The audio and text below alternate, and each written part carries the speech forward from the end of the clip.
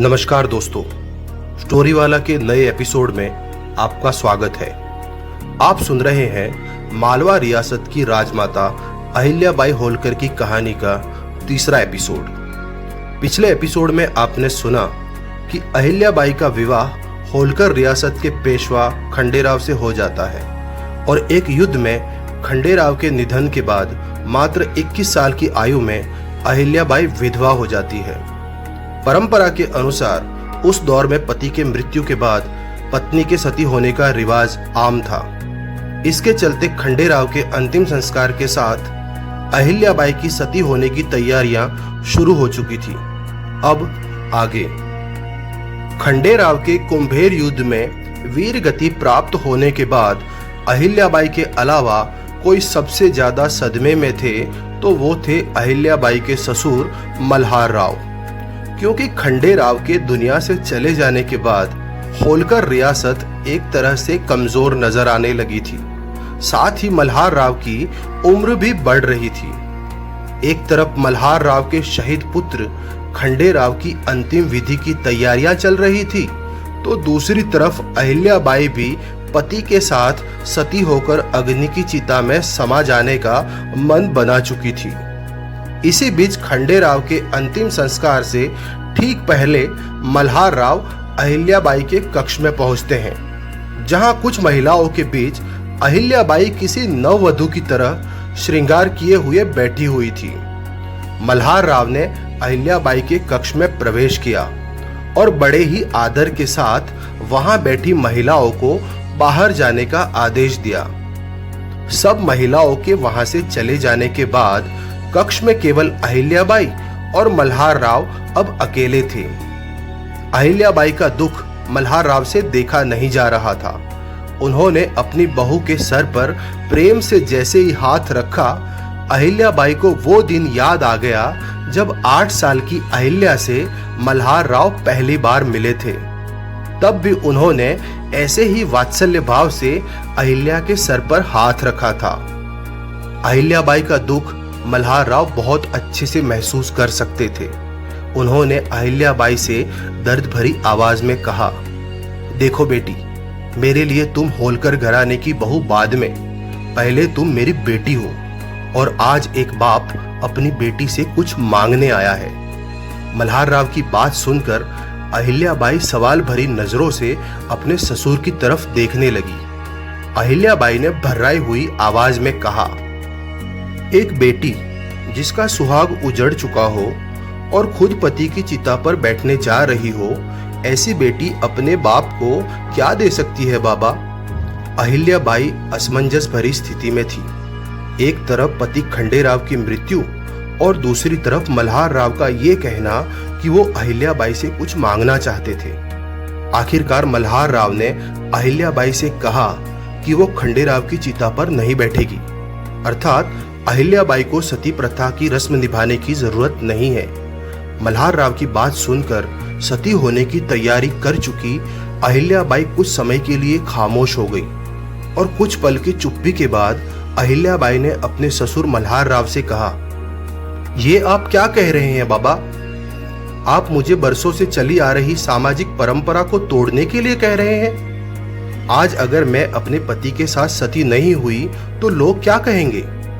वैसे तो अहिल्याबाई की इस बात का मल्हार राव के पास कोई जवाब नहीं था, लेकिन मल्हार राव ये तय कर चुके थे कि वो किसी भी कीमत पर अहिल्याबाई को चिता की भेंट नहीं चढ़ने देंगे।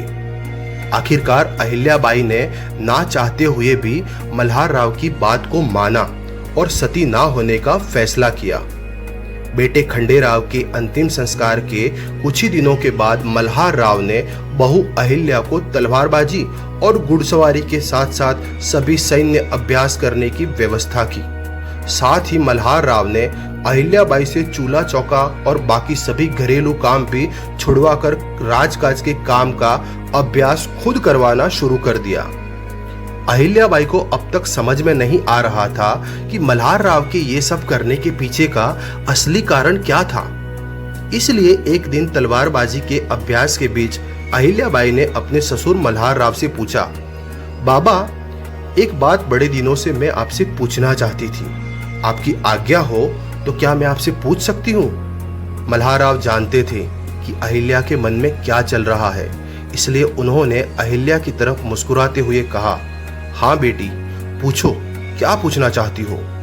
अहिल्याबाई ने मल्हारराव से पूछा, बाबा, ये तलवारबाजी और घुड़सवारी साथ ही राजकाज के काम देखना तो पुरुषों का काम है, तो फिर ये सब मुझसे क्यों करवाया जा रहा है? अहिल्याबाई का सवाल सुनकर महाराजा मल्हारराव गहरी सोच में पड़ गए और अहिल्याबाई को देखने लगे। अहिल्या ने मल्हारराव से पूछा, क्या हुआ बाबा, कहाँ खो गए? कहीं मैंने आपसे गलत प्रश्न तो नहीं पूछ लिया? मल्हारराव ने ना में अपना सिर हिलाते हुए अहिल्या से कहा, नहीं बेटी, तुमने ना तो गलत सवाल किया है, ना ही उसका उत्तर मेरे पास नहीं है, लेकिन सही समय पर तुम्हें तुम्हारे सारे सवालों के उत्तर अपने आप ही मिल जाएंगे। फिलहाल तुम अपना मन सैन्य अभ्यास और राजकाज के कामों में लगाओ। अहिल्याबाई इतना तो समझती थी कि भले ही मल्हारराव की वो पुत्रवधू है, लेकिन मल्हारराव उसे अपनी बेटी से भी बढ़कर सम्मान देते थे। इसीलिए जो भी मल्हारराव ने उसके लिए सोचा होगा, अच्छा ही सोचा होगा। दिन बीतते जा रहे थे। अहिल्याबाई अपने ससुर के साथ कंधे से कंधा मिलाकर मालवा रियासत के हर छोटे बड़े फैसलों में मल्हारराव का साथ दे रही थी। ये बात कुछ लोगों को अच्छी भी लग रही थी, तो कुछ लोगों को एक महिला का इस तरह राजकाज के कामों में दखल देना खटक रहा था। दूसरी तरफ मल्हारराव की उम्र भी धीरे धीरे बढ़ती जा रही थी।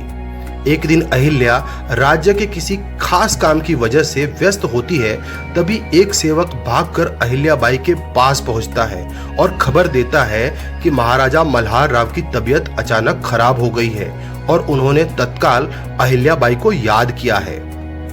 मल्हारराव की अचानक तबीयत हुई खराब देखकर अहिल्याबाई अपना सारा काम छोड़कर भागी भागी मल्हारराव के कक्ष की तरफ पहुंचती है और वहां का दृश्य देखती है तो अहिल्या का मन उदास हो उठता है। दोस्तों, कहानी में अब आगे क्या होगा? क्या महाराजा मल्हारराव अपनी अंतिम घड़ियां गिन रहे थे? मल्हारराव के मृत्यु के बाद मालवा रियासत पर किसका अधिकार होगा? क्या महाराजा मल्हारराव अहिल्याबाई के हाथों में मालवा रियासत की बागडोर सौंप देंगे? क्या अहिल्याबाई इतनी बड़ी जिम्मेदारी को संभाल सकेगी? इन सारे सवालों के जवाब पाने के लिए आप बने रहिए मेरे यानी स्टोरी वाला के साथ और इंतजार कीजिए राजमाता अहिल्याबाई होलकर की कहानी के अगले एपिसोड का। तब तक मुझे यानी स्टोरी वाला को दीजिए इजाजत। साथ ही स्टोरी वाला की कहानियों को अपने चाहने वालों तक भी जरूर पहुंचाएं और हमारे इस चैनल को सब्सक्राइब और लाइक करना भी ना भूलें। जय हिंद।